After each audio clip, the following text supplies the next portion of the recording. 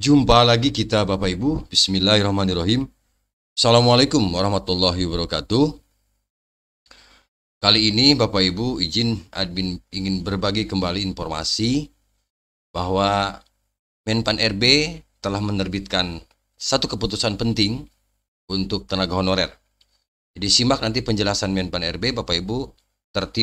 Terbitkan keputusan penting, 3 poin penting solusi permasalahan 2,3 juta tenaga honorer.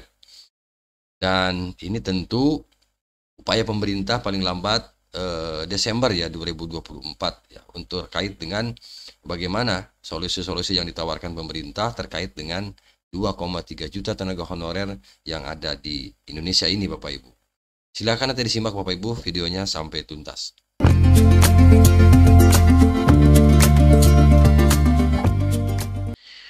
Menpan RB Bapak Ibu Abdullah Azwar Anas menerbitkan 3 poin penting sebagai solusi permasalahan tenaga honorer. Bayangkan Bapak Ibu ada 2,3 juta ya tenaga honorer di Indonesia yang terdata oleh PKN. Jumlah tenaga honorer yang sangat banyak di Indonesia itu tentu ini menjadi salah satu masalah yang perlu dicari solusinya. Begitu ya disampaikan oleh Menpan RB. Nah, dengan demikian walaupun jumlah tenaga honorer sebanyak 2,3 juta tidak memungkinkan untuk diangkat semua menjadi ASN secara langsung, tentu hal tersebut karena akan menimbulkan pembengkakan pada anggaran negara. Begitu ya, mungkin salah satu alasan saja Bapak Ibu. Namun pemerintah bersama Kementerian Pan RB juga telah menjanjikan untuk tidak ada PHK massal ya pada tenaga honorer. Tentu ya. Bayangkan kalau di PHK massal bagaimana nanti akan terganggu pelayanan publik Bapak Ibu. Terutama pelayanan publik yang melibatkan orang banyak seperti di pendidikan, kemudian di kesehatan gitu ya. Nah, tidak bisa dibayangkan oleh kita bagaimana kekurangan itu akan menimbulkan kekurangan tenaga pendidik, kekurangan tenaga medis itu akan menimbulkan masalah baru tentunya.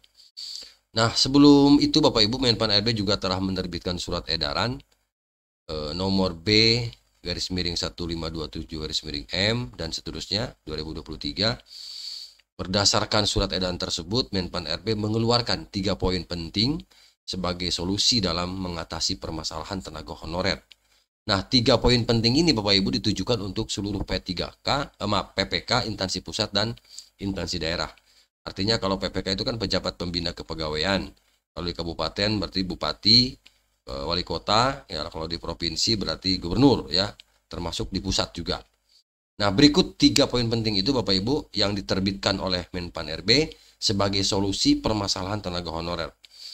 Yang pertama, PPK menghitung dan tetap mengalokasikan anggaran ya, untuk pembiayaan tenaga honorer yang sudah terdaftar dalam pendataan tenaga honorer dalam basis data BKN. Jadi ini adalah kewajiban PPK di daerah atau PPK di pusat agar tetap menghitung dan mengalokasikan anggaran ya untuk pembiayaan tenaga honorer. Itu yang pertama.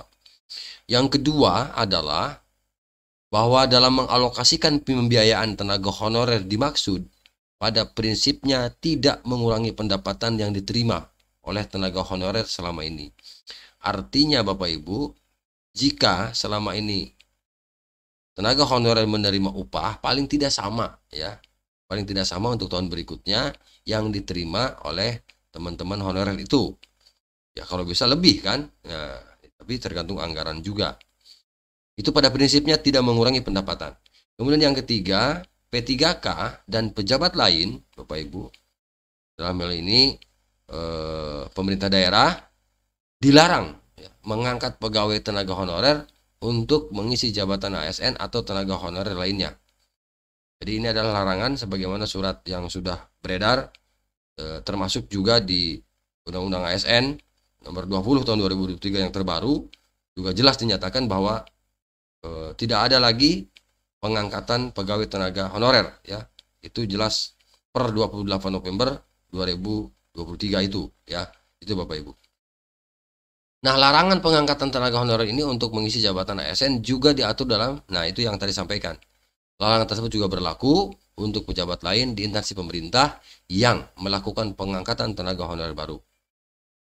Ya, itu baik Bapak Ibu. Jadi informasi ini mudah-mudahan bisa memberikan pencerahan Bapak dan Ibu. Jadi ada 3 poin penting di dalam mengatasi tadi solusi permasalahan untuk menekan agar tidak terjadi pembengkakan anggaran, termasuk larangan tadi dalam penerimaan honorer di instansi pusat maupun di daerah. Itu ya Bapak Ibu.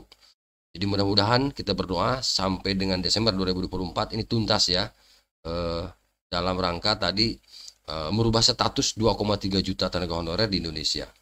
Itu saja yang dapat admin bagikan Bapak Ibu, 3 poin penting itu sebagai solusi permasalahan ya yang sekian juta tenaga honorer di Indonesia segera teratasi. Demikian, semoga bermanfaat informasi ini. Terima kasih sekali lagi. Assalamualaikum warahmatullahi wabarakatuh.